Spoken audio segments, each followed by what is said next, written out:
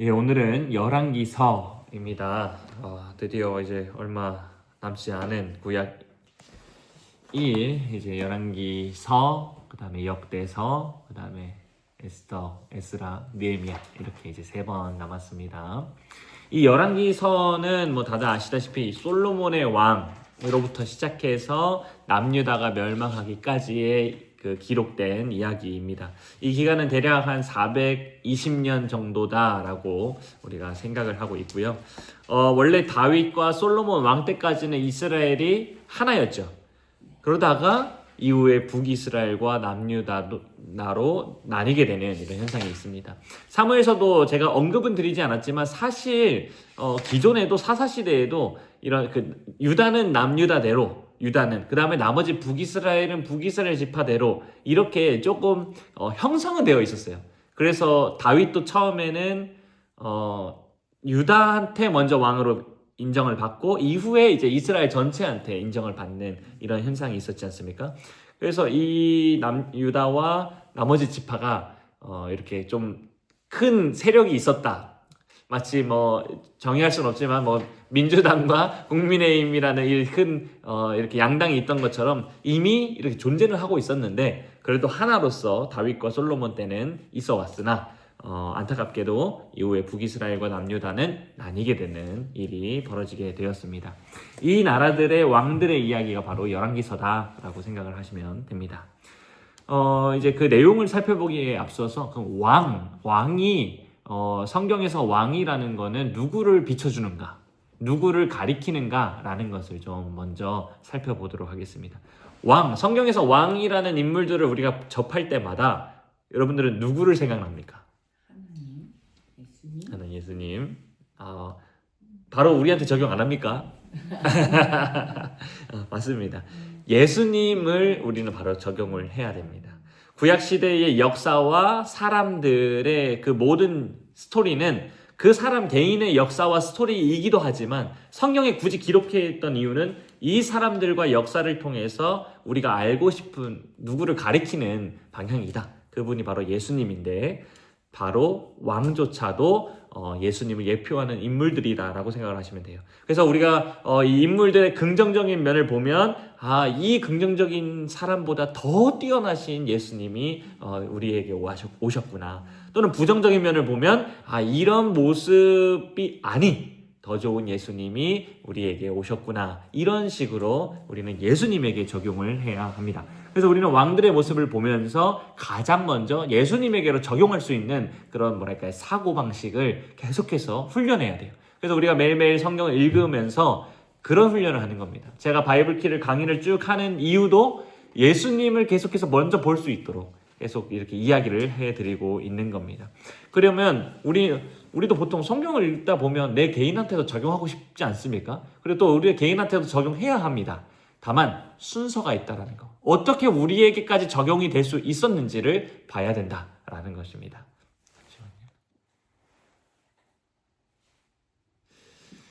자, 하여튼 그래서 우리가 예수님을 먼저 생각해야 한다라는 게 중요하고요. 그러면 이제 우리가 어떻게 우리에게 적용될 수 있을까 했을 때 이 성경은 모두 다 예수님에 대한 이야기인데 그 예수님의 몸인 교회가 있지 않습니까? 그리고 우리는 그 교회의 뭡니까? 지체이지 않습니까? 그러기 때문에 우리에게도 적용이 할 수 있는 거예요. 그런데 성경을 읽다 보면 우리가 오늘날의 현대의 성경 해석 방법이 뭐냐면 바로 나에게 적용하는 방식이 오늘날에 좀 팽배해 있어요. 그래서 우리는 이 사고방식을 조금 바꿔야 됩니다. 왜냐하면 성경 말씀은 우리가 다 고백은 하지만 그렇게 성경을 안 읽는다는 겁니다. 우리는 다 알고 있어요. 성경이 예수님에 대한, 구약은 장차 오실 예수님에 대한 예표들이다. 신약은 이미 오신 예수님에 대한 이야기다 라고 말은 하는데 정작 성경을 쭉 읽다 보면은 그렇게 안 본다는 거예요. 특별히 한 개인의 어떤 삶의 스토리를 보다 보면 그 삶의 스토리로 나한테 적용해버리는 게 조금 더 우리의 사고방식이 돼버렸다. 그런데 우리는 그 모든 것을 보면서 1차적으로 계속 쉽지는 않지만 예수님에게 어떻게 적용할 수 있을지, 그리고 그 예수님의 몸인 교회는 어떻게 이 말씀이 적용이 되는지, 그 다음에야 비로소 그 교회의 지체인 나에게는 그럼 어떻게 적용이 할 수 있는지. 그래서 우리는 이 3가지 단계, 예수님, 교회, 그리고 나. 이 방식대로 해석을 하는 것이 하나님이 우리에게 성경을 주시고 그 해석을 할 수 있는 가장 중요한 방법이다 라고 생각을 해주시면 되겠습니다. 그러니까 열왕기서에서 나오는 왕들의 이야기를 읽을 때 우리는 가장 먼저 누구를 떠올리고 적용해야 됩니까? 예수님. 그 다음에 그 예수님 안에서 교회, 그 교회의 지체인 나, 이렇게 우리가 계속 적용해야 됩니다. 그래서 우리가 예수님 안에서 이루어진 모든 것이 사실 우리 다 이루어졌습니까? 맞죠? 예수님이 하나님의 아들인데 우리가 하나님의 자녀가 되었고, 예수님이 죽으셨고 우리도 예수님 안에서 죽었고, 예수님이 사셨고 우리도 함께 살고, 예수님이 하늘 보좌 우편에 앉으셨으니까 우리도 하늘 보좌 우편에 앉았고, 이 예수님한테 이루어진 모든 일들이 사실 우리한테 다 적용이 됐단 말이에요. 어떻게? 우리가 교회라는 예수님의 몸 안에 있기 때문에 그렇게 다 적용이 됐다. 그래서 이 그 생각을 잘 하셔야 어떻게 되냐면, 그래도 이제 오늘날에 이제 그리스도 중심적인 성경을 읽어야 된다라는 게 많이 나오다 보니까 예수님까지는 잘해요. 근데 이제 어디로 가냐? 그 다음에 나로 가요. 그러니까 교회가 필요 없는 거예요. 근데 우리는 예수님, 교회, 그 다음에 나라는 이 그 적용 순서를 좀 훈련을 해야 할 필요가 있다. 이렇게 생각하시면 되겠습니다. 우리가 이제 이 패턴을 잘 이해하기 위해서 먼저 구약의 3직, 그 세 직분에 대해서 조금 더 이해할 필요가 있습니다. 구약에서 기름을 부어서 세우는 직분자가 세 직분이 있습니다. 뭐죠? 왕과 제사장. 그렇죠? 선지자. 예. 왕과 제사장은 직접 이제 사람이 기름을 붓는데, 선지자가 기름을 붓는데, 선지자는 딱히 그 기름 붓는 장면은 없습니다. 근데 이제 우리가 어떻게 보냐면 하나님께서 직접 성령으로 부으셔서 세우셨다, 이렇게 이제 해석을 해서 구약에서 기름을 부어서 세워지는 직분자들은 그래서 우리가 왕, 제사장, 선지자들이다, 이렇게 고백을 하고 있습니다. 그래서 이 세 직분을 중심으로 창세기에서부터 쭉 이 세 직분의 그 이야기들이 나옵니다. 그래서 초기 아담은 이 세 직분을 모두 감당해야 하는 사람이었어요. 왕의 역할을 해야 됐고, 제사장의 역할을 해야 됐고, 선지자의 역할을 해야 됐어요. 이후에 아브라함, 이삭, 야곱도 그 족장 시대에도 그 모든 세 직분을 다 개인이 감당을 했어요. 그런데 이제 사사 시대에 와서 점점 왕의 직분, 제사장의 직분, 선지자의 직분, 이미 이제 레위기 이제 출애굽하고 나서 이후부터는 이제 제사장의 직분이 조금 이제 구분이 되기 시작하고, 선지자와 모세와 아론이라는 계열로 선지자와 이제 제사장이라는 개념이 조금씩 우리한테 보여주고, 그 다음에 사사 시대에서 왕정 시대로 넘어가면서 왕이라는 직분의 역할이 있구나, 이런 것들을 우리한테 더 계시사적인 발전으로 점점점 우리에게 더 많이 알려주고 계시다라고 생각을 하시면 되겠습니다. 그래서 이제 왕정 시대에 들어와서 이 열왕기서에는 이 세 직분이 분명하게 구분이 되기 시작합니다. 왕의 역할, 제사장의 역할, 선지자의 역할이 좀 더 확실하게 구분짓게 됩니다. 그리고 이 구약에서 기름 부었다라고 했을 때, 이 기름은 당연히 신약에서 보니까 성령님과 연결이 되었고, 기름을 부어서 세워지는 직분자들은 성령님에 의해서 세워진다라고 우리가 할 수 있습니다. 그래서 그들이 하는 역할, 우리가 많이 하는 말, 하나님의 대리 통치자로서의 역할을 감당합니다. 그래서 왕, 제사장, 선지자가 다 하나님의 대리 통치자로서의 그 직분, 자신의 일을 해야 되는데, 왕의 역할이 있고 제사장의 역할이 있고 선지자의 역할이 있다라는 것입니다. 그래서 각자의 맡은 그 일을, 사명을 잘 감당할 때 하나님의 나라가 이렇게 잘, 하나님께서 그 다스리는 그 다스림이 이렇게 잘 이어지게 되는 거죠. 그러다 보니까 하나님, 이제 이 직분자들을 볼 때 이 사람들, 구약의 백성들은 예수님을 떠올려야 됐고, 왕이, 이스라엘 백성들은 자신들을 섬기는 왕을 볼 때마다 우리의 왕이 오실 것이다, 이 왕을 보내주실 것이다. 제사장을 보면서 하나님과 우리의 중보자이신 우리 주 예수 그리스도가 있다는 사실을 깨달았을 것이고, 선지자를 보면서 하나님의 말씀 그 자체이신 예수님을 보아야 했다라는 게 이제 구약의 사람들입니다. 근데 정확하게 그게 예수님이다라는 것을 알지 못했기 때문에 그들 구약은 여전히 아직 눈을 조금 가리고 있는, 수건으로 얼굴을 돌려서 눈이 잘 안 보이는 이 상황이 계시사적으로는 조금 더 알지 못하는 상황에 있었다라는 것이죠. 그런데 이 왕, 제사장, 선지자들은 하나님의 말씀에 순종했습니까? 안 했습니까? 안 했다라는 거예요. 타락했다. 이들이 예수님을 인도해주고 예수님을 보여주고 예수님을 가르쳐줘야 하는데 이들은 하나님을 드러내기는커녕, 예수님을 드러내기는커녕 도리어 이스라엘 백성들로부터 하나님을 멀리하게 만들었고, 심지어 예수님의 당대 종교 지도자들은 예수님이 오셨을 때, 자 이제 나에게서 이분한테 가라. 세례 요한이 딱 그럴 거 했지 않습니까? 나는 쇠하여야 하겠고 그는 흥하여야 하리라. 내 제자들은 다 이제 예수님한테로 가라. 이게 이제 세례 요한의 사역이었거든요. 종교 지도자들도 그랬어야 했는데 그들은 예수님을 죽이기까지 하면서 하나님을 거부하는 사건이 일어나게 됐죠. 이렇게 원래는 하나님께서 이 왕과 제사장과 선지자를 통해서 예수님을 더욱더 풍성하게 드러나게 하셨지만 오히려 이런 것을 보면서 사람에게는 소망이 없구나라는 것을 우리는 더 발견하게 되는 것입니다. 그래서 온전히 구약의 이 새 직분을 감당하신 사람이 누구냐? 예수님이셨구나라는 것으로 우리가 깨닫게 되는 것이죠. 그래서 진정한 왕이자 제사장이자 선지자이신 우리의 유일한 소망이라는 사실, 그분이 예수님이라는 사실을 우리가 깨닫게 되는 겁니다. 그래서 이런 관점으로 우리의 구약에 있는 인물들, 삼직을 가지고 있는 사람들, 그 다음에 족장들은 다 이 직분을 다 갖고 있었고, 그래서 이런 사람들의 이야기를 통해서 우리는 당연히 예수님을 바라봐야 되고, 특별히 우리 열왕기서를 살펴볼 거니까 왕들의 이야기를 통해서도 예수님에게 어떻게 적용해야 할까, 이런 것들을 계속해서 노력해야 합니다. 그래서 이 이야기를 하기 위해서는 먼저 그 큰 그림으로 한 개인 살펴보기 전에 왕의 행실이 어땠느냐를 우리가 좀 주목할 필요가 있습니다. 열왕기서에 보면 한 왕이 악한 모습과 선한 모습이 이스라엘이라는 그 한 나라의 운명과 연결되어 있는 것을 여러분들이 보게 됩니다. 읽다 보면 한 개인의 왕의 잘못인데 이스라엘 전체가 망해가고, 한 왕이 잘하면 이스라엘 전체가 흥왕하는 이런 일들이 벌어지게 된다라는 거예요. 그래서 성경을 읽다 보면 왕이라는 사람과 이 이스라엘이라는 나라가 뭔가 하나인 것처럼 이렇게 우리에게 묘사를 해주고 있습니다. 그래서 이제 왕이 하나님의 말씀 안에서 잘 그 나라를 다스리고 번성하고 평안하면 이제 다른 나라에서도 이제 속국이 들어와가지고 조공을 바치고 그렇게 하나님 나라가 확장되고 그 땅 안에서 오랫동안 살게 되는 일들이 벌어지고, 근데 왕이 하나님의 말씀을 잘 지키지 않고 거부하고 선하지 못하면 그 나라는 평안이 위협을 받게 되고, 그다음 속국들이 반란을 일으키고 심지어 이방 나라들에서 공격이 들어오고 이제 그렇게 해서 이스라엘이라는 나라가 죽음에 이르게 되는 일들이 이제 우리가 보게 됩니다.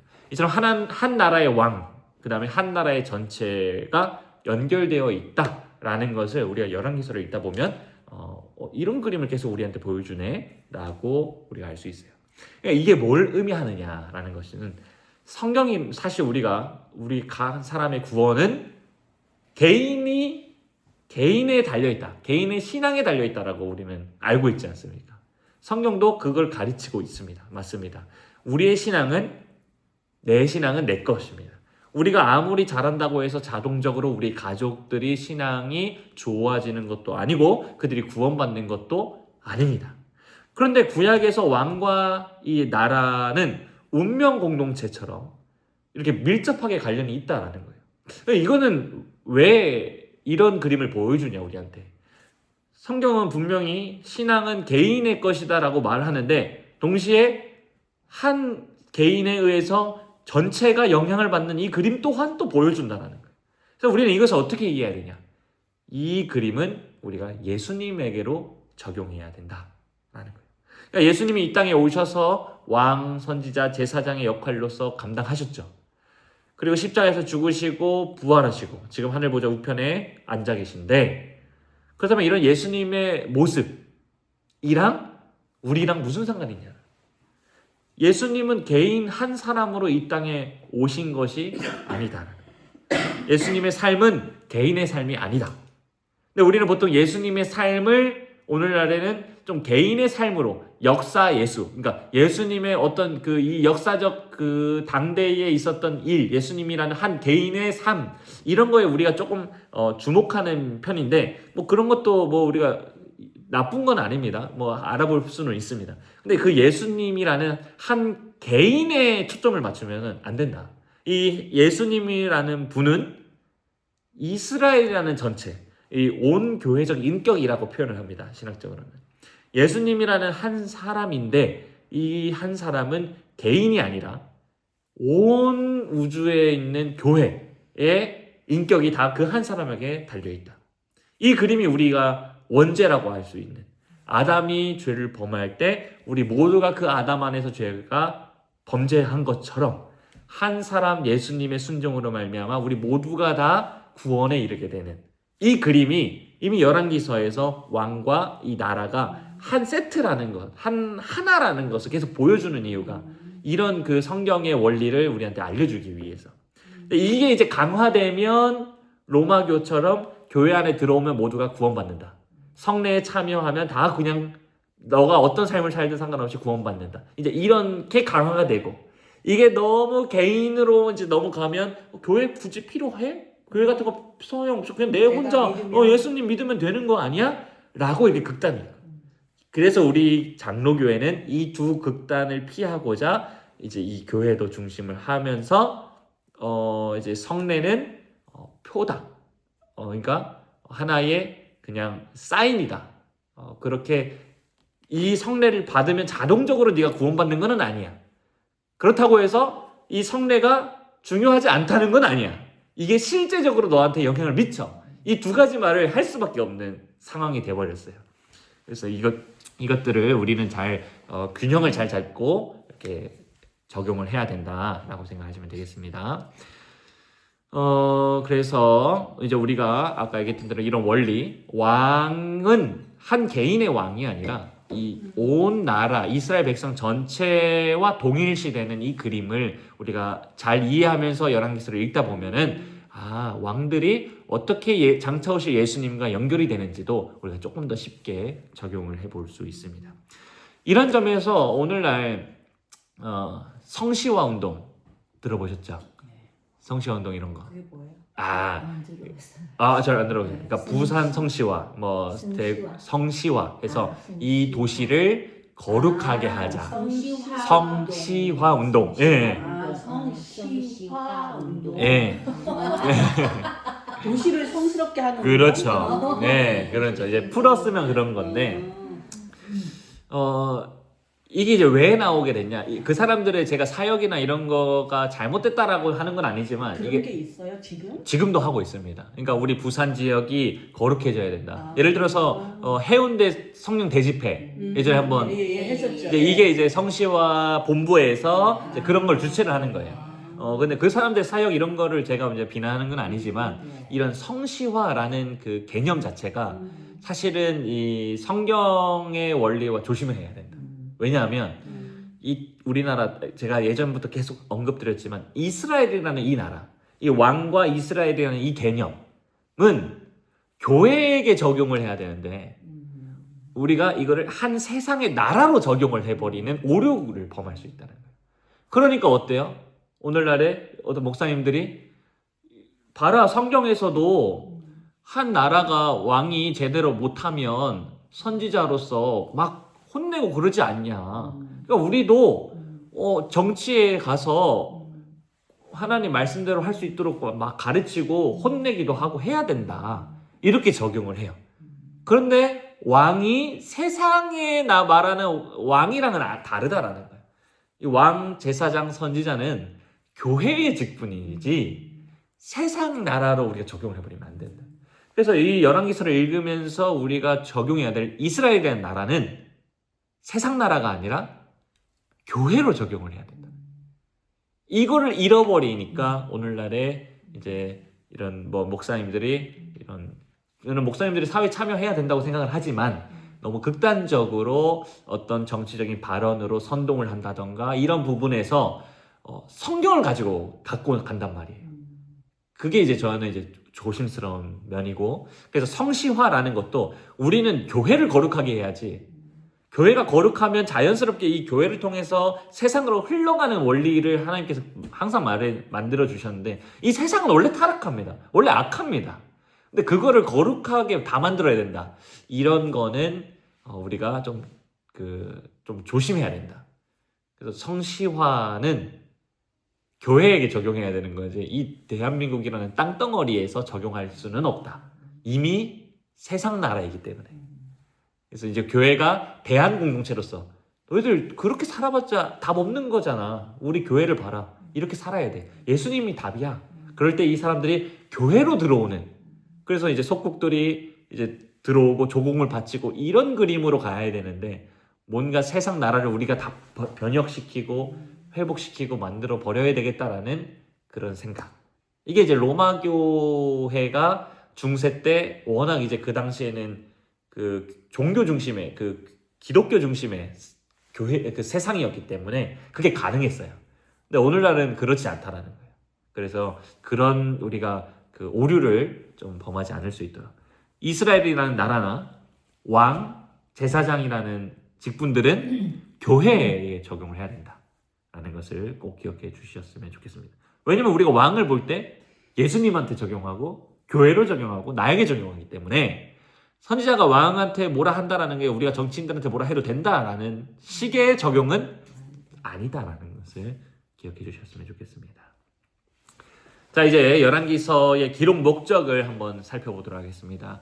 열왕기서와 역대기서가 성경을 읽다 보면 저도 좀 그랬는데, 쭉쭉 읽었는데 분명히 여기 뭐 솔로몬 얘기 나오는데 왜 또 갑자기 또 뒤에 솔로몬 얘기를 또 하고, 뭐야 왜 두 번씩이나 해, 이렇게 아직 열왕기라는 것과 역대기라는 것을 잘 구분하지 못했었을 때 막 그런 좀 뭐랄까, 왜 이렇게 재미없는 거 두 개나 만들어 주셔가지고 우리를 힘들게 하나, 이런 생각도 좀 했었는데, 두 개의 기록 목적이 달라서 두 번 써져 있는 겁니다. 그래서 역대기서의 기록 목적은 제가 나중에 얘기하지만, 열왕기서의 기록 목적은 뭐냐면, 이스라엘이 왜 망했냐, 이스라엘이 왜 포로로 잡혀갔느냐, 왜 망할 수밖에 없었냐, 이거를 열왕기서가 기록하고 있어요. 근데 나중에 역대기서를 살펴보겠지만, 역대기서는 우리가 왜 구원받았냐, 이런 쪽으로 갑니다. 그래서 열왕기서를 읽다 보면은 답답하고 답 없고 뭐 어떻게 이딴 사람들이 있나 싶을 정도의 이야기들이 계속해서 흘러가게 되는 게 좀 있습니다. 그래서 열왕기서를 읽으면 이제 그런 걸 하는, 왜 이스라엘이 망할 수밖에 없었는지, 왜 바벨론의 포로로 잡혀갈 수밖에 없었는지를 이제 계속해서 그 기록 목적을 가지고 읽으면 됩니다. 왜냐하면 이 열왕기서가 기록된 시점이 언제냐면, 유대인들이 바벨론의 포로로 잡혀갔을 때 기록한 거기 때문에 그랬어요.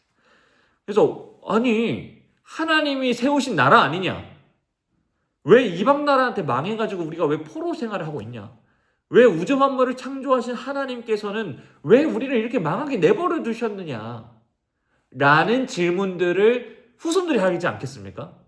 70년이라는 바벨론 포로 생활 가운데, 아니 아빠 엄마는 왜 그 하나님을 믿으세요?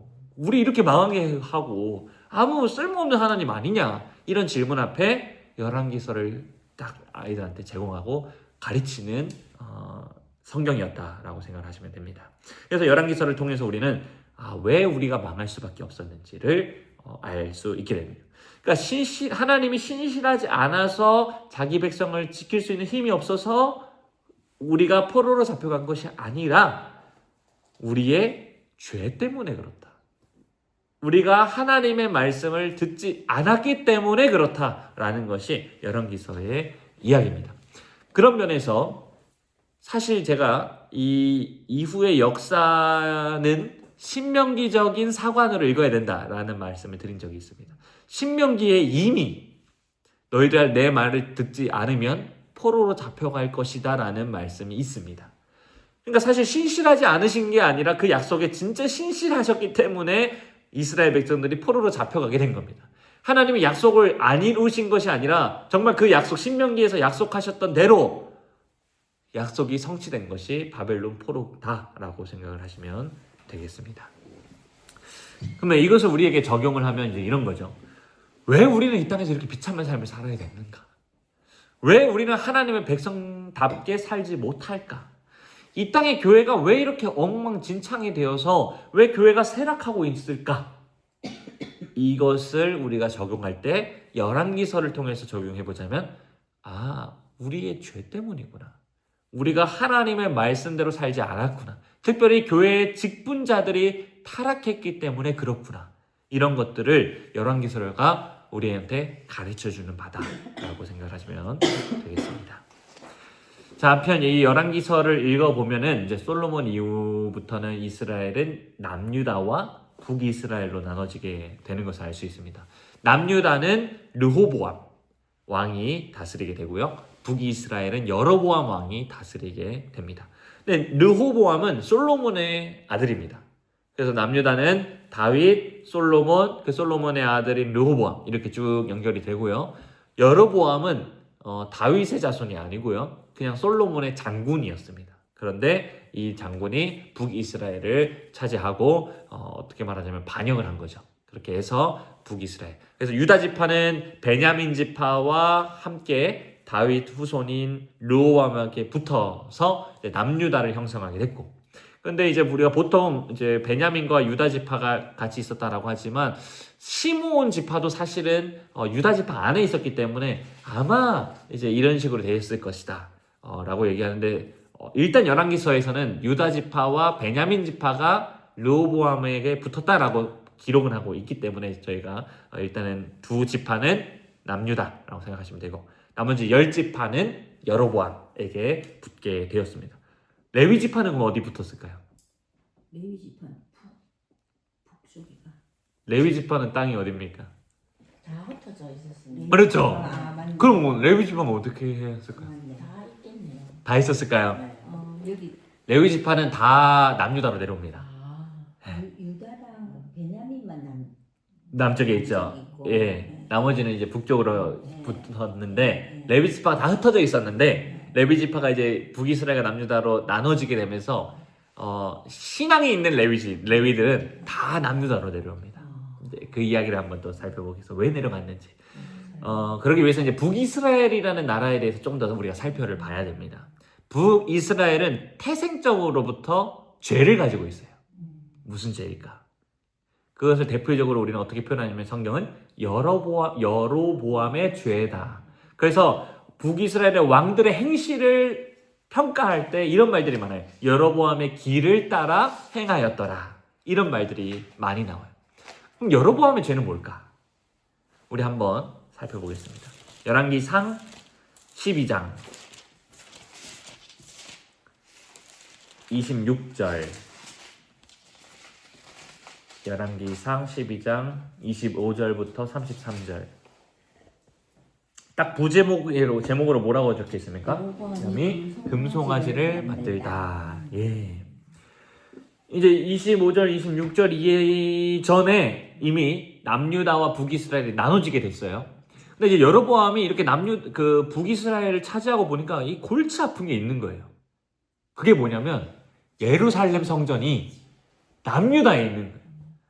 근데 왜 문제가 되냐면 하나님께서 제사는 내가 택한 그곳에 가서 제사를 드려라. 특별히 1년 중에 꼭 3번은 가야 됐어요.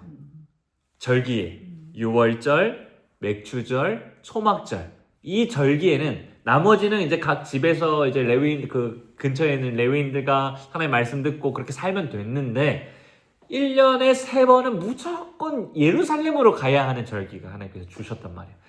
그러면 북이스라엘 왕 입장에서 1년에 3번씩은 이 북이스라엘 사람들이 다 지금 예루살렘으로 가야 된단 말이에요. 그러면 이 정치적으로 어떻겠습니까? 아니 근데 예루살렘이 남유다에 있으면 남유다가 더 정통성 있는 거 아니야? 이제 이런 생각. 그 다음에 성전이 남유다에 있는데 우리 굳이 이렇게 멀리까지 있어? 그냥 이미 쪼개진 거 그럼 나 남유다로 내려갈래.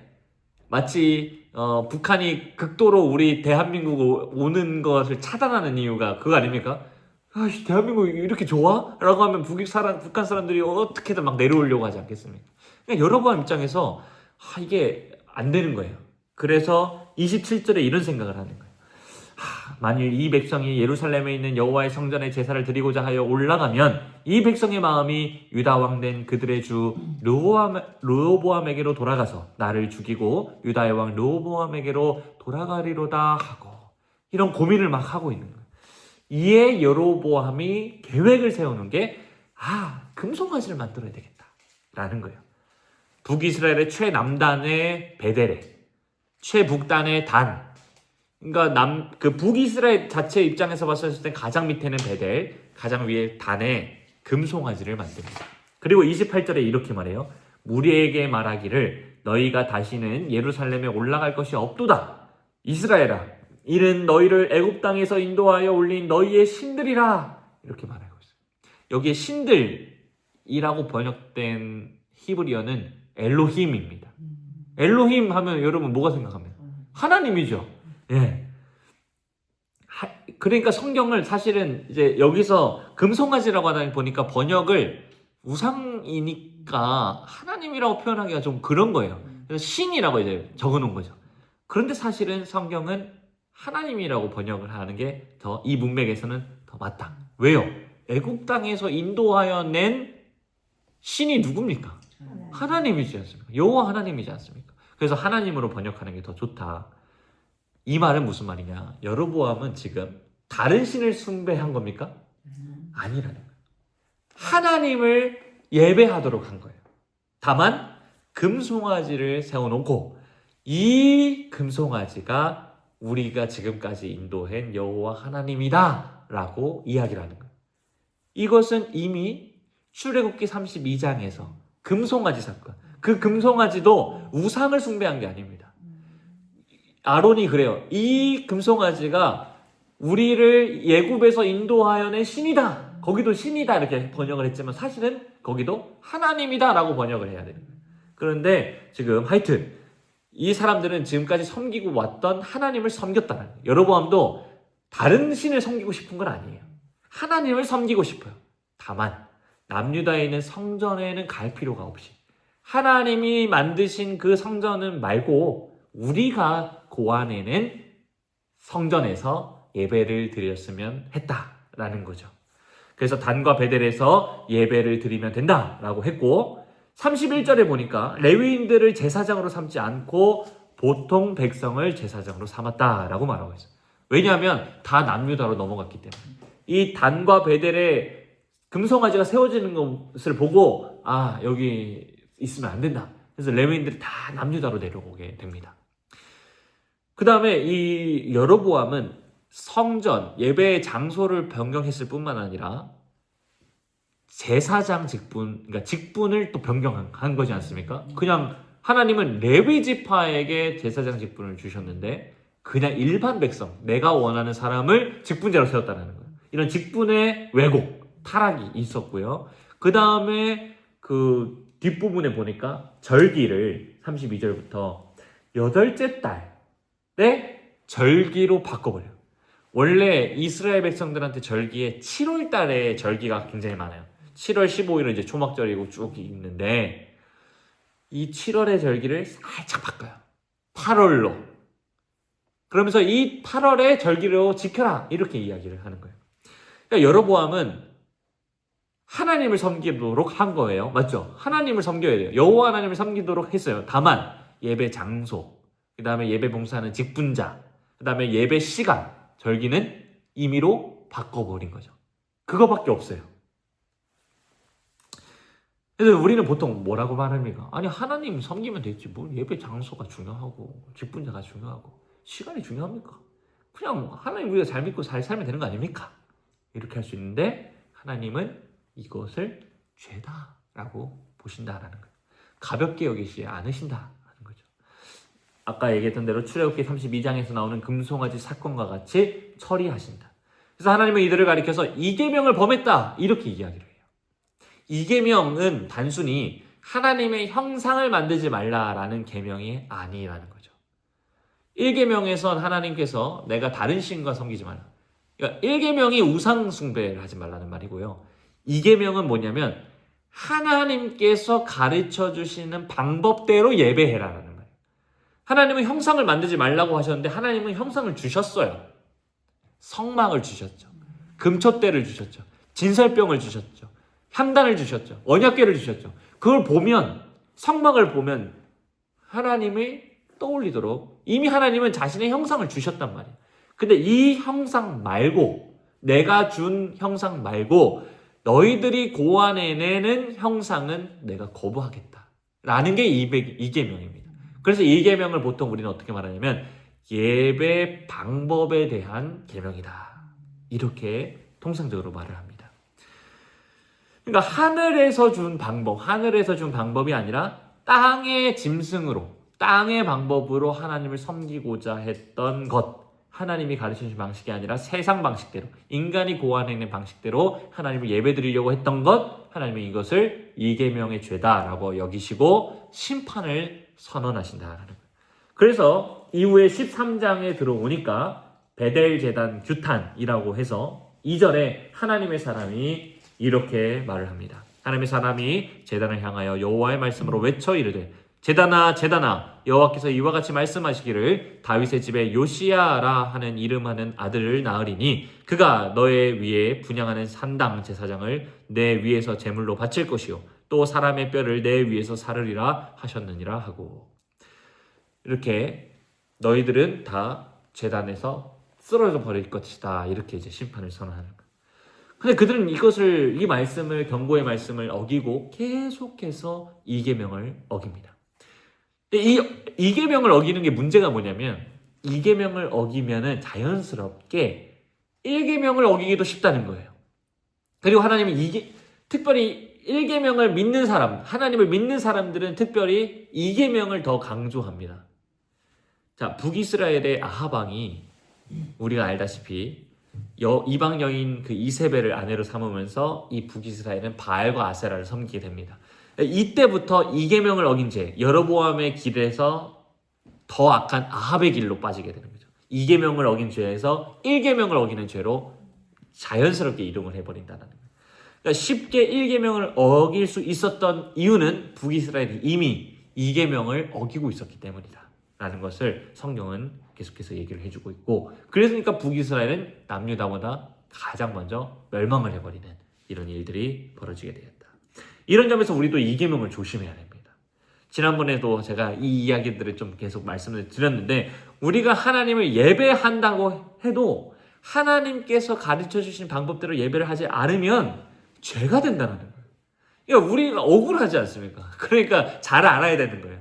우리가 원하는 대로 예배를 드린다고 다 하나님이 기뻐해 주시는 게 아니다라는 것을 우리가 꼭 기억해야 돼요. 그리고 이 계명을 짓는 죄가 지속된다면 우리는 자연스럽게 우상을 숭배하게 되는 1계명으로 어기는 죄로 너무나도 쉽게 빠지게 되는 거기 때문에 하나님은 2계명부터 계속해서 막고 계신다라고 우리는 생각을 하시면 됩니다. 그러니까 우리가 하나님을 믿는다고 하지만 예수님 안에서 구원받는 자가 아니라 예수님 밖에서 심판받는 자가 될 수도 있다. 2계명을 계속 어기고 있으면. 그래서 우리는 경각심을 가지고 2계명을 지키기를 힘써야 합니다.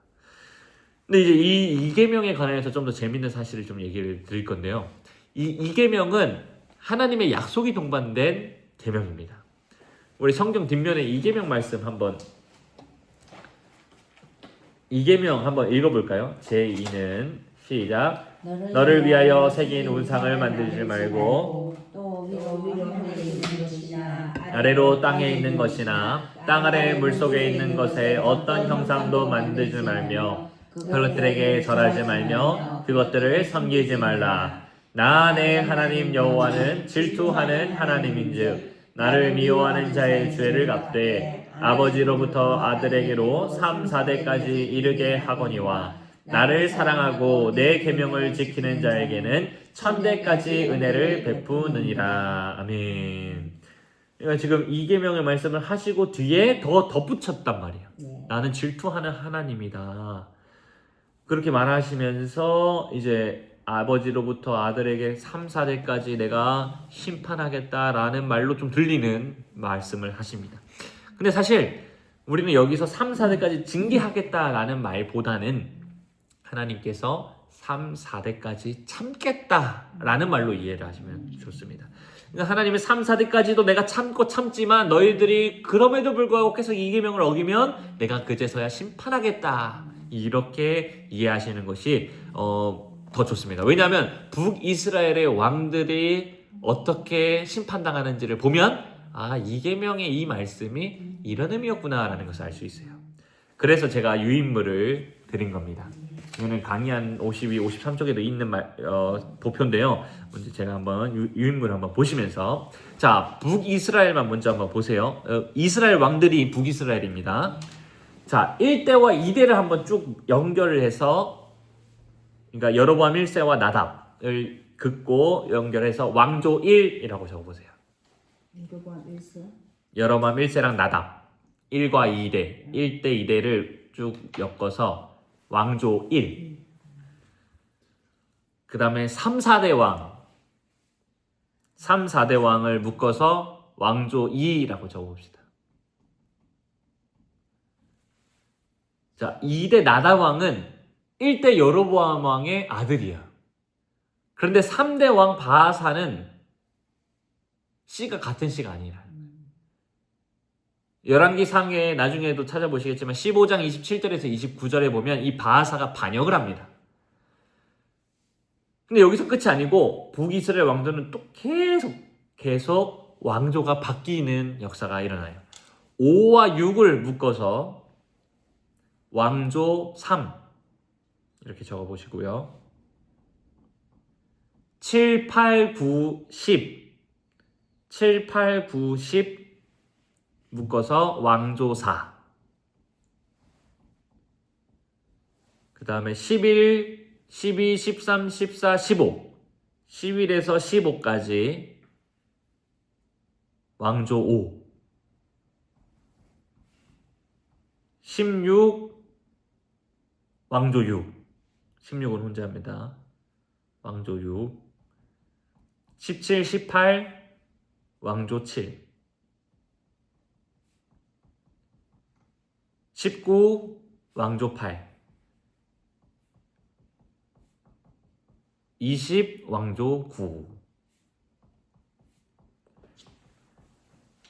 이렇게 북이스라엘은 왕조가 9번이나 바뀌게 됩니다. 여기서 왕조 5에 속한 예후 왕조 있지 않습니까? 여기가 좀 제일 길어요. 11대부터 15대까지 총 5대가 이어졌는데요. 그러나 그 외에 나머지는 1대 아니면 1대에서 4대 안에 다 끝납니다. 그러니까 이게 단순히 왕조가 많이 바뀌었다라는 것과 이 정세가 많이 혼란했구나 이런 게 아니라 우리는 성경 말씀을 근거로 이걸 해석해야 된단 말이죠. 그럼 무슨 말이냐? 북이스라엘이 정말로 이 계명의 말씀대로 3, 4대 안에 망했구나. 근데 이걸 다르게 말하면 하나님께서는 3, 4대까지는 기다려 주셨지만 그럼에도 불구하고 이들이 2 계명을 계속 어겼구나. 그래서 하나님은 심판을 하신. 근데 예후 왕조는 5대까지 있단 말이에요. 왜 그럴까요? 하나님께서 기름 부으라고. 예후가 그 북이스라엘은 가장 악한 왕이었던 아합 왕의 가문들을 이렇게 차단하는 사명을 받았어요. 그래서 이 왕조는 원래 예후가 그러고 나서 잘 했었으면 쭉 왕조로 이어졌을 건데 또 악을 행하게 되고 그래서 나중에 보면 아합 왕의 길은 떠났으나 여로보암의 길은 여전히 행하였더라 이런 식으로 아마 평가를 할 겁니다. 그러다 보니까 예후 왕조도 이제 금방 5대 안에 망하게 되는 일이 벌어지게 됩니다.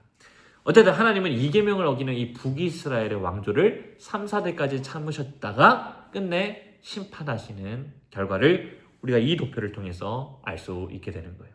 뿐만 아니라 이 도표를 보면 또 재밌는 게 있는데요. 북이스라엘의 9번째 왕 이름이 뭡니까? 9번째 북이스라엘 9번째. 9번째 네, 북 아하시야. 아하시야죠. 그러면 남유다에도 아하시아 왕이 있어요. 어디에 있어요? 6대 있죠. 이거 한번 아하시아 이렇게 동그라미 한번 쳐볼까요? 그 다음에 북이스라엘의 10대 왕 여호람 동그라미. 남유다에도 여호람 왕이 있어요. 5대죠. 동그라미. 그 다음에 13번째 왕 북이스라엘의 요아스. 그 다음에 유다 왕의 8대의 요아스 있죠. 자, 이름이 똑같아요. 그냥 이름이 똑같다라고 뭐 여기고 넘어가도 되는데 이게 또 의미하는 바가 있다는 거예요. 성경은 이름도 어떤 지명도 다 우리한테 계시사죠. 하나님은 1.1획도 다 하나님께서 대충 적어주신 게 아니라는 거예요. 그러면 이게 무슨 말이냐? 이 북이스라엘이 아합 왕 때부터 요 스가랴 왕 15대까지 정말 그 뭐랄까 완전 그 타락의 시대라고 해야 될까요? 그 아합 시대라고 보통 우리가 통칭을 하는데 2계명의 죄인 여로보암의 죄가 아니라 1계명의 죄에 범한 시기가 이 시기예요. 그래서 이때 왕들은 아합 왕의 길을 따랐다 이렇게 표현을 하고 성경은 이때를 북이스라엘에서 가장 타락한 시기로 봅니다. 그러다 보니까 이 시기에 왕들이 제대로 못하니까 누가 엄청 등장합니다. 선지자. 그렇죠. 왕들이 제대로 안 하니까 막 선지자들이 엄청 유명한 선지자들이 막 등장하죠. 엘리야, 엘리사 이때 다 등장하는 겁니다. 그런데 이때 이 북이스라엘이 가장 타락한 이 시대에 북이스라엘 말고 눈을 들어서 남유다를 보니까 어때요? 남유다의 왕들도 똑같더라 라는 것을 보여주기 위해서 이름이 동일하다. 실제로 이전까지는 남유다가 북이스라엘과 교류를 하지 않습니다. 그런데 아합 왕 때부터 특별히 5대 여호람과 아하시아 왕 때부터 아합과 교류를 하기 시작해요. 그래서 이름이 이제 동일하게 되는 거예요. 서로 교제를 하면서 네 이름이랑 내 이름이 이제 동일하게 하면서 우리가 한 형제다라는 것을 보여주려고 하는 거죠. 자, 그러니까 이뿐만 아니라 아합과 이세벨이 낳은 딸이 이제 남유다의 왕비로 삼게 되고 이 왕비가 아달랴이지 않습니까? 이 아달랴는 어떻게 합니까? 나중에 남유다의 왕족들 다 죽여버리고. 그러니까 이 다윗의 왕족은 그냥 그 한 우리의 왕족이 아니죠. 누가 오실 길입니까? 예수님이 오실 길입니다. 근데 지금 아달랴는 그 예수님이 오실 길을 다 죽이려고 하고 있어요. 그래서 지금 사탄의 역사가 가장 드리워지고 있고 이제 더 이상 소망이 없는 이거 다윗의 자손이 다 끝나면 예수님이 안 오는 거지 않습니까? 그런 시기가 지금 남유다에도 이미 벌어지고 있었다. 그러다 보니까 남유다도 북이스라엘과 다를 바가 없다라는 게 열왕기서가 우리한테 보여주고 싶은 겁니다. 그러면 남유다도 어떻게 돼야 됩니까? 북이스라엘처럼 망해야 되는 거죠. 북이스라엘은 호세아 때 아수르한테 망합니다. 그러다 보니까 실제로 남유다도 이 아수르 때문에 멸망까지 직전까지 당해요. 이사야서에 기록이 되어 있는데 제가 한번 읽어드리겠습니다. 그러므로 주 내가 흉용하고 창일한 큰 하수 곧 아수르 왕과 그의 모든 위력으로 그들을 덮었을 것이라. 그 모든 골짜기에 차고 모든 언덕에 넘쳐 흘러 유다에 들어와서 가득하여 목에까지 미치리라. 그러니까 지금 아수르가 유다의 목까지 차왔다는 거예요. 실제 이제 역사 속으로는 예루살렘 성전까지 그 공격해 왔습니다. 여기까지 왔어요. 그러니까 사실 남유다는 다 정복당하고, 그러니까 북이스라엘은 이미 아수르한테 멸망했고, 남유다는 예루살렘 성전 하나 남은 거예요. 사실 예루살렘 성전까지 됐으면 남유다도 동일하게 북이스라엘과 심판당해야 돼요.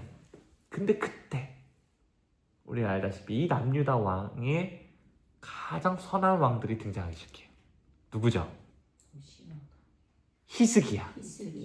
히스기야가 이 목까지 차오르는 그때 히스기야와 요시야 왕이 이때 등장을 하게 되는 그래서 히스기야가 이 예루살렘 성전이 파괴될 것만큼 그때에 하나님께 엎드려 기도하고 이사야한테 하나님 어떻게 해야 됩니까? 막 이랬을 때 그래서 이제 그런 거 있지 않습니까? 10도를 뒤로 밀리고 이제 이런 사건들이 이제 이때 이루어지게 되고, 그다음에 요시야는 그 히스기야 왕의 일을 이어서 종교 개혁을 단행하고 북이스라엘까지 가가지고 그 아까 베델 제단에 규탄했던 요시야가 나을 건데 이 북이스라엘의 제단을 다 헐어버릴 것이다. 이 요시야가 정말로 이 말씀대로 그 북이스라엘 베델과 단에 가서 그 제단을 다 엎어버리고 거의 북이스라엘까지를 그 종교 개혁을 이루어지는 일들을 단행합니다. 그래서 하나님께서 심판을 연기해 주시는 거죠. 원래 이때 같이 심판당해야 됐는데 하나님께 부르짖는 자들이 있었다는 거예요. 그래서 그들을 통해서 하나님이 이 남유다는 심판을 뒤로 밀어주셨다라는 거예요. 특별히 여기서 우리가 또 주목해 볼 건 뭐냐면 남유다 왕들은 왕조가 바뀌었다 안 바뀌었다? 안 바뀌었다. 북이스라엘과 사실 똑같이 악했어요. 이들도 사실 동일하게 심판당해야 됐고 악한 자들이었는데 하나님은 다윗의 자손은 그대로 유지시켜줬어요. 이것은 이 남유다의 왕들이 잘해서가 아니라 하나님께서 다윗한테 약속하셨던 거예요. 내가 너희는 끝까지 너희 후손이 멸망하지 않겠다. 내가 지키겠다. 이 약속을 하나님께서 계속해서 이어와 주셨고 예수 그리스도의 줄기가 끊어지지 않도록 보호해 주셔서 하나님의 신실하심이 얼마나 대단한지 이 유다의 왕들의 족보를 보면서 우리는 그것을 깨닫게 되는 겁니다. 그러니까 우리는 북이스라엘 왕조를 보면서 이 계명을 안 지키는 것이 얼마나 악한 것인가를 볼 수 있지만 남유다를 보면서 그럼에도 불구하고 하나님께서는 그 북이스라엘과 또 동일한 죄악을 저지름에도 불구하고 여전히 하나님은 우리에게 약속에 신실하셔서 우리를 보호해 주시고 지키셔서 그 예수의 끝날에 우리를 인도해 주실 것이다 라는 이 사실을 우리가 알 수 있는 것입니다. 그래서 열왕기서를 읽으면 물론 이거는 이제 우리가 왜 심판받아야 되는지의 기록인데 그 중간중간에 하나님의 그 신실하심, 그럼에도 불구하고 하나님의 자비가 얼마나 크신지, 인자와 자비가 얼마나 크신지를 우리가 깨닫게 되는 것입니다. 이런 상황에서 그래서 가장 중요한 역할을 하는 자들이 있어요. 아까 제가 가장 타락한 시기에 등장했던 사람들이 있다 했죠. 그들이 선지자다라는 거예요. 그래서 열왕기서는 제가 그 사무엘 상하에서도 얘기 드렸지만 열왕기 상하도 한 권의 책입니다. 근데 이 열왕기서의 한가운데에 다르게 말하면 열왕기상 17장부터 열왕기하 13장까지 두 명의 선지자가 등장합니다. 열왕기서의 가장 한가운데 그 두 명의 선지자가 누굽니까? 엘리야, 엘리사. 이렇게 두 위대한 선지자가 이때 등장합니다. 제가 레위기를 할 때 기억하실지 모르겠는데 오사인 시다님 그 샌드위치 구조, 성경은 샌드위치 구조를 좋아한다고 했어요. 샌드위치 구조. 샌드위치에서 다르게 말하면 햄버거에서 가장 중요한 게 어딥니까? 패티. 패티나고 그때 그. 예, 패티가 중요하다고 했습니다. 그 가운데 고기. 예, 그러니까 샌드위치도 우리가 이름을 지을 때 어떻게 말합니까? 안에 뭐가 가운데에 뭐가 있느냐에 따라서 이 샌드위치의 이름이 바뀌지 않습니까? 그만큼 이 안에 중간에가 중요하기 때문에 우리가 이름도 샌드위치는 빵은 그냥 원래 빵입니다. 그 안에 뭐가 들어있느냐가 중요한데 지금 이 열왕기서 가운데 그 샌드위치 구조 속에서 가장 가운데 이 패티 부분에 선지자가 기록되어 있다는 것은 우리가 또 주목해 볼 필요가 있다. 이 열왕기서의 왕들의 이야기라고 우리는 생각했는데 왕들의 이야기가 아니라 사실은 선지자들의 이야기였다라는 것이 우리가 열왕기서를 통해서 알 수 있게 된다는 거예요. 무슨 말이냐? 하나님은 왕을 세워주셨고 왕들은 사실 하나님의 다스림으로 잘 세워줬어야 됐는데 실패하지 않습니까? 그럼 이 하나님 나라를 누가 지탱하느냐? 사실 우리는 왕이 지탱해야 된다고 생각했는데 왕들이 이렇게 타락하는데 이 하나님의 나라를 누가 지탱할 수 있겠냐? 선지자들이었다. 선지자들이 기둥이 되어서 이 하나님 나라를 지키고 있었다. 근데 이 선지자들은 다르게 말하면 하나님이겠죠. 이스라엘을 지키는 자는 인간 왕들이 아니라 사실 선지자로 대변되는 하나님이었다라는 이 사실을 이 구조, 열왕기서의 구조를 통해서 우리한테 가르쳐주고 있는 겁니다. 그리고 엘리야와 엘리사가 사역할 때를 보면은 가장 타락한 그 아합 왕 때 등장했고, 가장 악할 때 하나님의 말씀이 직접 찾아와 주셔서 하나님께서 그들한테 말씀을 선포하고 계속해서 남은 자들을 계속 찾아가시는 그런 사역들을 이루어집니다. 그럼에도 불구하고 그 말씀 안에 있지 않고 도리어 그 선지자들을 공격하는 현상들이 발생하죠. 그래서 이때 엘리야와 엘리사가 해야 하는 사명이 있었습니다. 두 가지인데요. 첫째는 생존이었습니다. 엘리야가 아세라 선지자들과 막 싸우지 않습니까? 그 갈멜산에서 막 싸워가지고 다 쳐라 이렇게 해서 막 쳤어요. 그래서 이스라엘도 여호와가 진짜 우리 하나님이다 이렇게 했어요. 그런데 그 곧바로 이제 그 누구야 이세벨이 저 엘리야 죽여라 하니까 도리어 혼자 도망치게 되는, 아무도 이스라엘 그 북이스라엘의 백성들이 그 회심하지 않는 이 상황에 놓여지게 돼요. 그 다음에 자기는 죽을 위기에 놓여져 있고요. 이때 그는 로뎀 나무 아래에서 하나님 나 이제 데려가 주세요. 내 사명은 이제 끝난 것 같습니다. 나는 이제 빨리 끝냈으면 좋겠어요. 이스라엘은 내가 이렇게 해도 변하지 않습니다. 하나님 소망 없습니다. 우리 그냥 끝냅시다. 이 말이거든요. 나의 생명을 데려가 달라는 말. 이제 내 사명 다 했습니다. 나 이제 끝내주세요. 그런데 하나님은 아니다. 어루만져 주시고 구운 떡과 물을 주시면서 네가 생존해야 된다. 네 살아야 된다. 이런 말씀을 해주셨습니다. 그러니까 선지자는 이스라엘이 변하지 않는 이 모습들을 보면 낙담하고 이제 끝났다. 이스라엘 이제 포기하자. 이게 아니라 하나님은 아니다. 네가 살아야 한다. 생존해야 된다. 그래야지 이스라엘의 소망이 있다. 이것을 선지자한테 이야기를 해주신 겁니다. 그러니까 이제 선지자는 생존하면서 끝까지 살아서 하나님의 말씀을 전해야 되는 사명을 감당했어야 돼요. 이게 두 번째 사명으로 연결되는데요. 첫 번째는 선지자는 생존해야 됐어요. 근데 두 번째 중요한 것은 이제 생존해서 뭐 해야 되냐?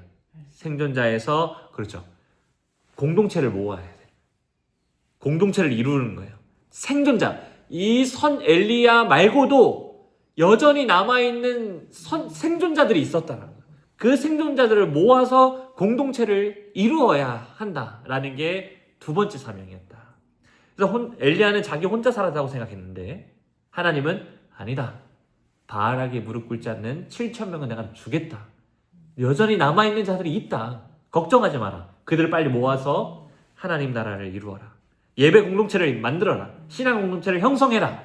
그래서 엘리사가 이제 나가서 이제 그 기름을 막 붓죠. 하사엘에게 기름 붓고 이제 하면서 엘리야에게도 아니죠. 엘리야가 엘리사에게도 기름 붓고 맞죠. 이제 그렇게 하면서 또 이제 엘리사를 세워가지고 이제 선지자 학교를 만들어라.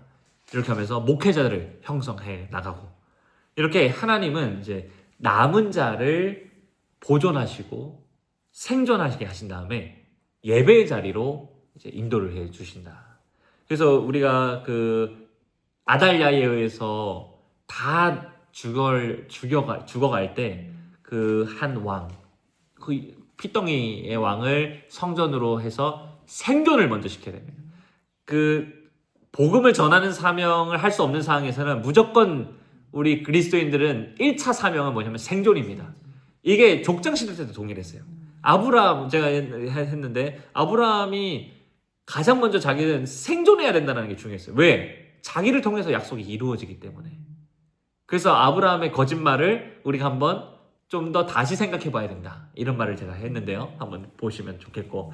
그래서 이제 지금 이것도 마찬가지입니다. 하나님은 그리스도인들한테 너희들 생존해야 된다. 남은 자 사상이 이제 다 여배경입니다.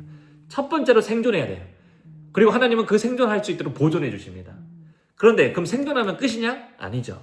이제 생존했다면 그리고 그 상황이 좀 괜찮다면 무조건 우리는 예배의 자리로 나아가고 공동체를 이루어야 되고 또한 말씀 사역자들을 계속해서 세워서 계속해서 남은 자들을 불러 모을 수 있는 사역을 감당하게 해야 된다.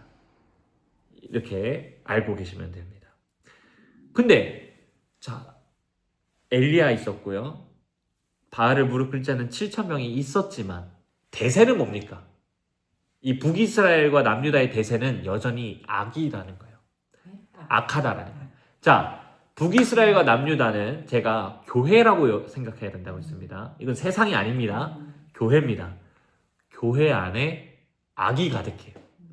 교회 안에 신실한 자는 극소수예요. 그래서 예수님이 그런 말 하지 않습니까? 좁은 길로 가야 된다. 나의 길은 넓고 큰 곳이 아니다. 좁은 길이다.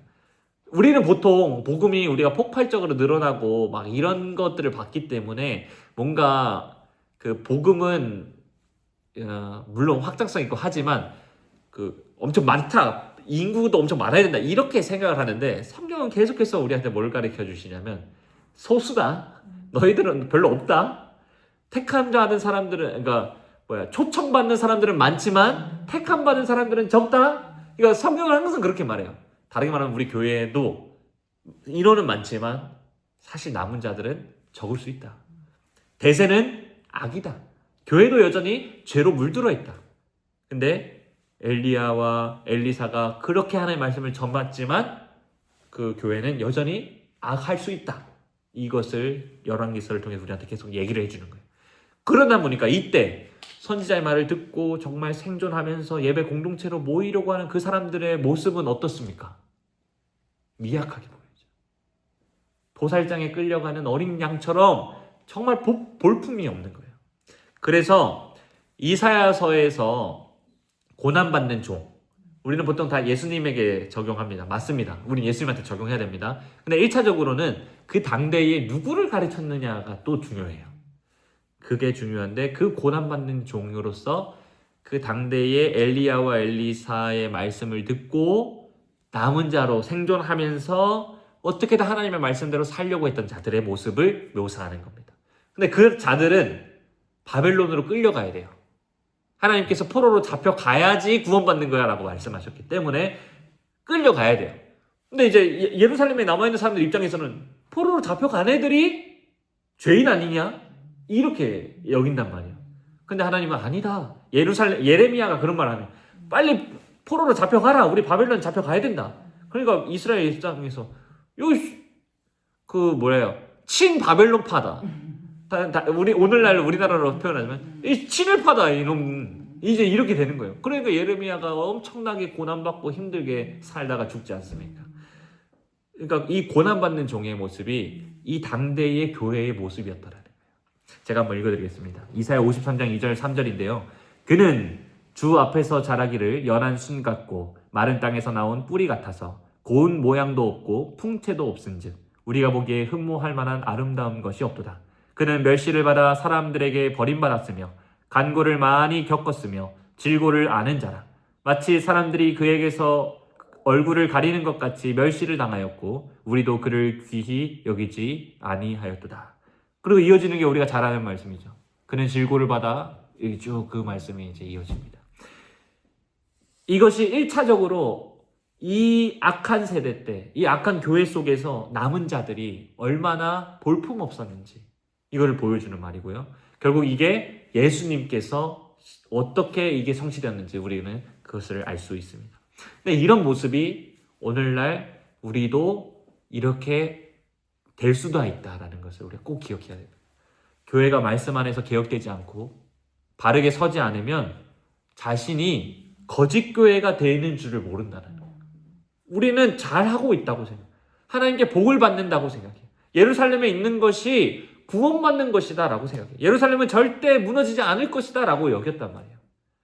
그런데 오히려 바른 말을 하는 자들은 도살장에 끌려가는 죽음을 앞둔 죄인들처럼 포로로 잡혀가고 흠모할 만한 모습이 없고 아름다운 것도 없고 멸시를 받아서 사람들에게 버림받는 것처럼 보일 때, 그러니까 이 교회 가운데 하나님의 말씀을 정말 믿고 그 말씀대로 살려고 하는데 너 왜 그렇게 사냐고, 그딴 식으로 살지 않아도 된다고 이렇게 말하는 사람들이 세상 사람들이 아니라 교회라는 거예요.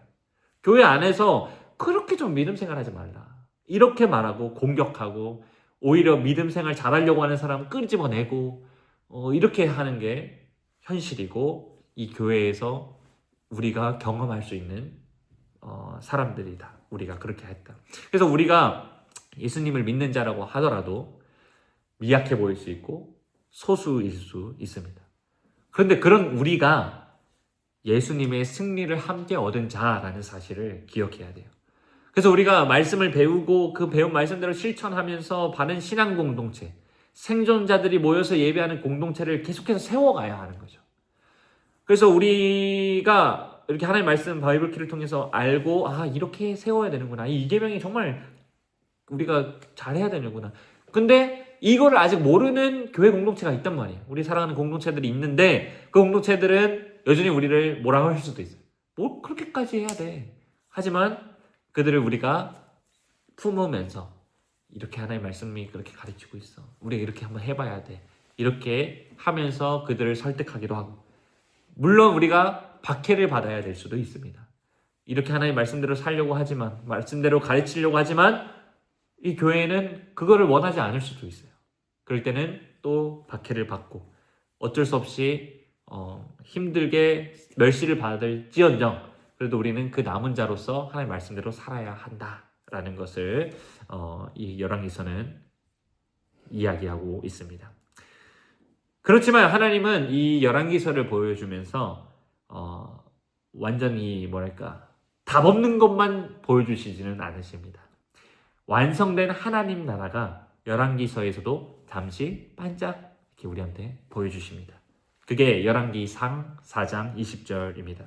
우리 한번 살펴볼까요? 열왕기상 4장 20절. 열왕기상 4장 20절 위에 보니까 부제목 뭐라고 적혀 있습니까? 솔로몬의 영화. 이제 솔로몬의 나라가 있습니다. 솔로몬 때의 나라는 메시아에 의해서 세워진 이 나라가 얼마나 영광스러운지를 보여주는 거예요. 제가 한 왕은 나라랑 연결된다 그랬습니다. 솔로몬의 영화, 솔로몬이 영화라는 것은 이스라엘이라는 나라, 이 하나님 나라가 얼마나 영광스러운지를 보여주는 것이다 라고 우리는 적용할 수 있습니다. 먼저 20절을 보십시오. 유다와 이스라엘의 인구가 바닷가의 모래같이 많게 되매 먹고 마시며 즐거워하였다 라고 적혀요. 바다의 모래와 같이 많아질 것이다. 이거 어떤 문구가 생각납니까? 그렇죠. 하나님께서 아브라함에게 내가 하늘의 별같이 바다의 모래와 같이 많아지게 해주실 거다. 이거 지금 하나님의 약속이 성취됐다라는 것을 보여주고 있는 거예요. 그리고 21절에 보면 그때의 나라가 얼마나 확장했는지를 보여줍니다. 여러 나라들이 이스라엘의 속국으로 들어오고 이방 민족들이 하나님 나라로 들어오는 그림들이 보여주고 있습니다. 그리고 25절에 보니까 이 나라가 어때요? 그렇죠. 평화와 안식이 있었더라 라는 거예요. 이 솔로몬의 나라는 우리 예수님이 이루시는 그 하나님 나라의 모습을 우리한테 보여주고 있습니다. 우리 모두 예수님 안에서 평화와 안식을 누리고 있다라는 거예요. 이것을 실제로 경험할 수 있는 시간이 언제냐? 예배 시간입니다. 우리는 예배 시간에 먹고 마시고 즐거워하면서 하나님이 주시는 진정한 평화와 안식을 누립니다. 이처럼 하나님의 말씀 안에 있는 자들은 겉보기에는 미약해 보이지만 영적인 눈으로 볼 때는 아주 영광스러운 모습이고 평화와 안식이 있는 자들이라는 사실을 하나님께서 이 열왕기서 4장을 통해서 우리한테 보여주고 있는 거예요. 이 열왕기서 4장에서 쫙 보여주시더니 뒤에 정말 그 하나님의 그 실제 모습은 하나님 나라 백성들의 겉모습은 엘리야처럼 아무 흠모할 만한 없지만 실제 영적인 모습은 이 솔로몬의 영화와 같이 빛난다라는 이것을 우리는 이 이중의 그 실체를 우리는 꼭 기억하고 우리에게 정체성이 뭐냐 이것을 우리가 열왕기서를 읽으면서 계속해서 상기를 해 주셔야 합니다. 이제 우리가 열왕기서를 마무리하면서 제가 한 가지만 좀 잠시 얘기를 해드릴 건데요. 교회연합이라는 것이 어떤 것인지를 조금 얘기할게요. 제가 아까 남유다와 북이스라엘이 있다고 했는데 원래 이 나라가 하나였죠. 그런데 북이스라엘과 남유다로 나뉘면서 서로 하나 되어야 합니까? 하나 되지 말아야 됩니까? 하나 되어야 합니다.